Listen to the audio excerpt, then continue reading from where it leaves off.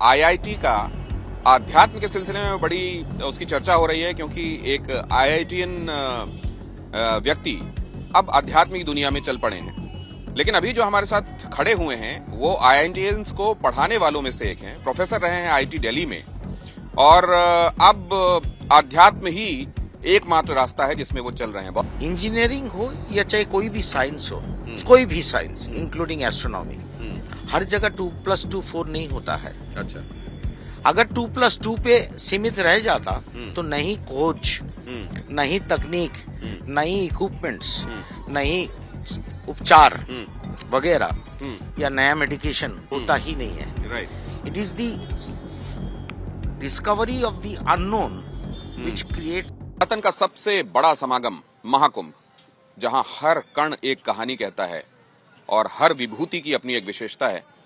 ऐसी एक विभूति से आज हम मिले हैं। आप जानते हैं कि इस समय आईआईटी का आध्यात्म के सिलसिले में बड़ी उसकी चर्चा हो रही है क्योंकि एक आईआईटीएन व्यक्ति अब आध्यात्मिक दुनिया में चल पड़े हैं।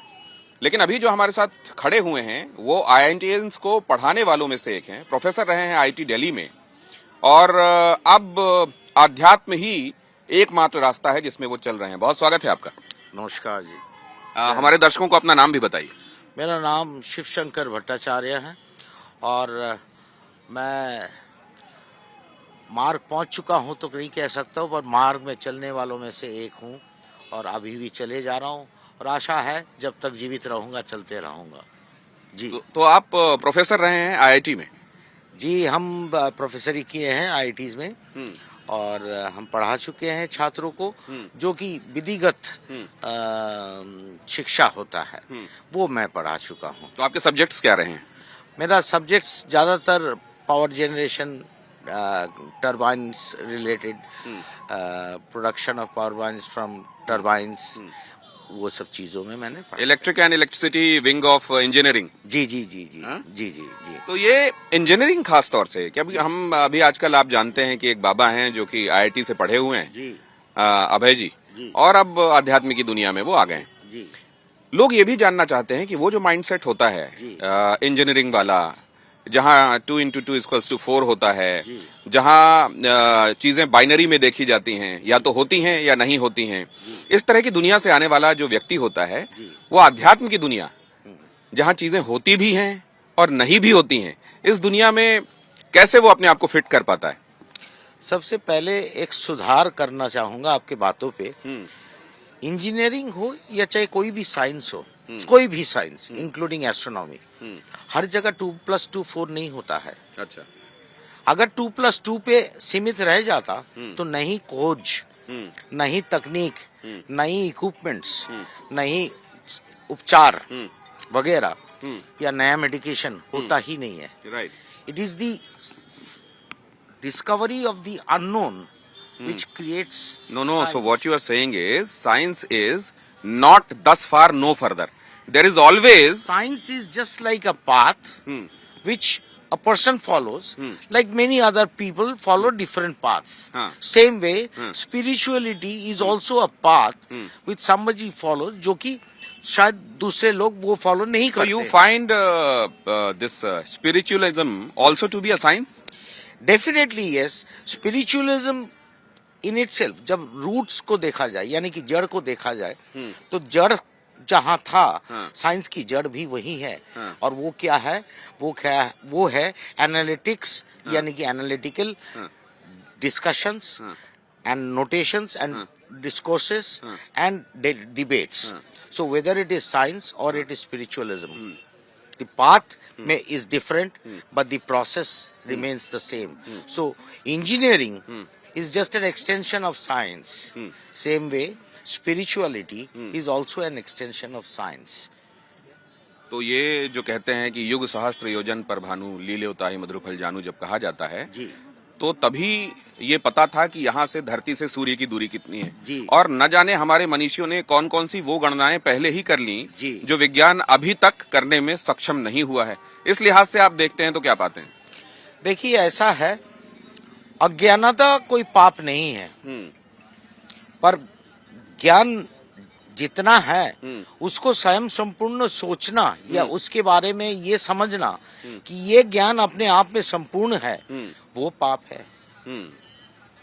कोई कहता है मुझे ईश्वर की दर्शन हुआ है, कोई कहता है मुझे ईश्वर की प्राप्ति हुआ है, कोई कहता है मैं ईश्वर को परख चुका हूँ, पर ये सब अपने आप में संपूर्ण नहीं है, सबसे पहले।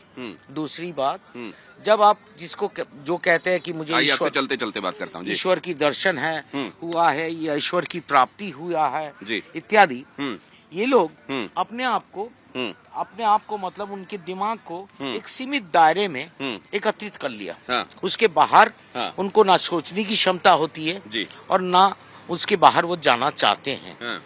मैं उससे बाहर, तो आप ये कह रहे हैं कि कोई ज्ञान कहीं भी पहुंचा हुआ हो, असल में वो पूर्णता उसकी नहीं होती, फुल स्टॉप कभी नहीं होता, हाइटस होता है और उसके आगे भी बहुत कुछ होता है। इंसान के बस में नहीं है, आज के युग के इंसान के बस में नहीं है कि किसी भी ज्ञान को संपूर्ण समझ के उसी पे खुश रहना। तो प्रोफेसर भट्टाचार्य जी, मुझे प्रोफेसर मत कहिए। नहीं, मैं जानना चाहता हूँ प्रोफेसर भट्टाचार्य जो हैं वो कब उन्होंने ये तय किया, क्या पूजा पाठ आपके घर में शुरू से होता रहा और क्या वो रिचुअल्स पहले से आप उनको फॉलो करते रहे जो आखिरकार आध्यात्म की मंजिल की तरफ ले जाती?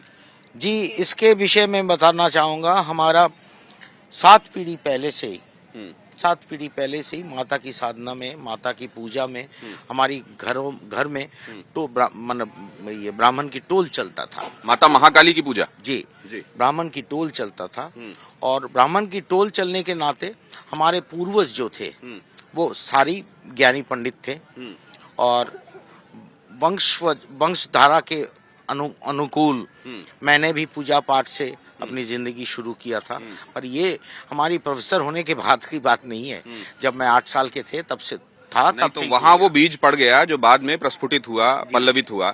लेकिन आपने फिर ये तय कब किया कि अब जिस दुनिया में आप हैं उसको अब नमस्ते करना चाहिए और अब अध्यात्म की राह में चलना चाहिए? देखिए, सबसे पहली बात तो एक शोधन कर दूं, मैं उस दुनिया को नमस्ते नहीं किया है। अच्छा।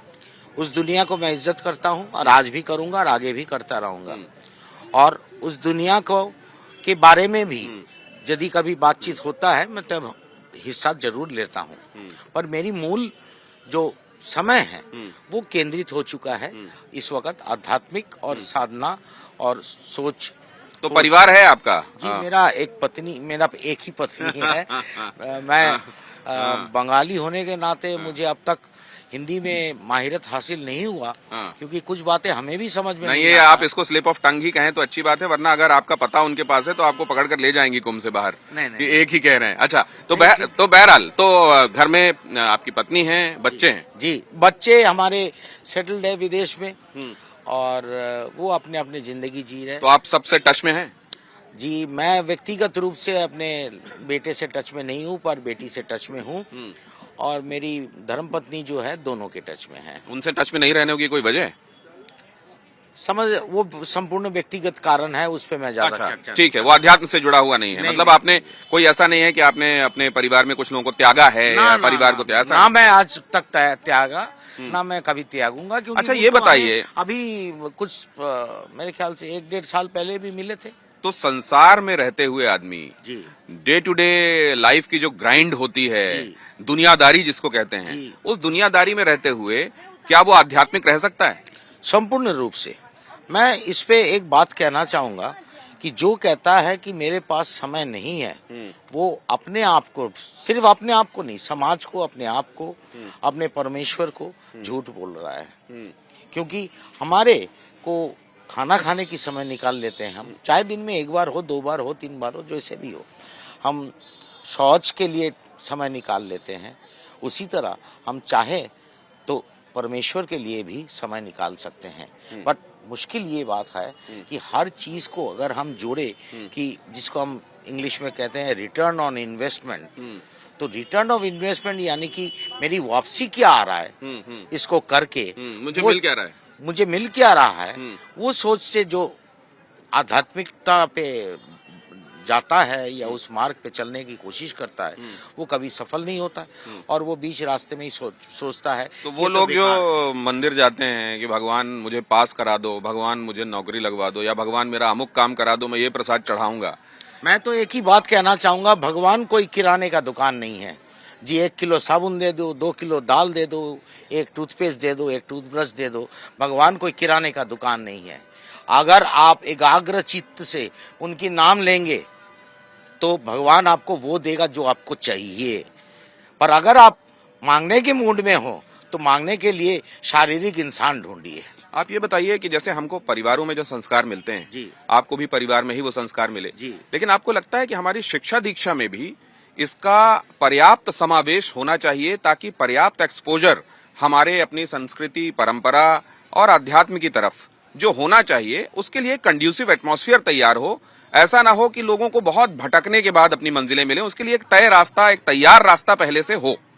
मैं सिर्फ इसको एक ही लाइन पे कहना चाहूंगा, हर स्कूल में, हर कॉलेज में, हर शिक्षा विद्यालय में अगर एक ही चीज सिखाया जाए, एक ही चीज सिखाया जाए तो सिर्फ आध्यात्मिक नहीं, साइंस, इकोनॉमी, फाइनेंस, योर आध्यात्मिकता, रिलीजन, हिंदुइज्म और any other ism, whatever it is, जिस दिशा पे उसकी मन लगता हो उस दिशा पे, उस मतलब वो स्तर पे पहुंच सकता है जो कि आमतौर पे वो नहीं पहुंचता। And that is the art of concentration and meditation.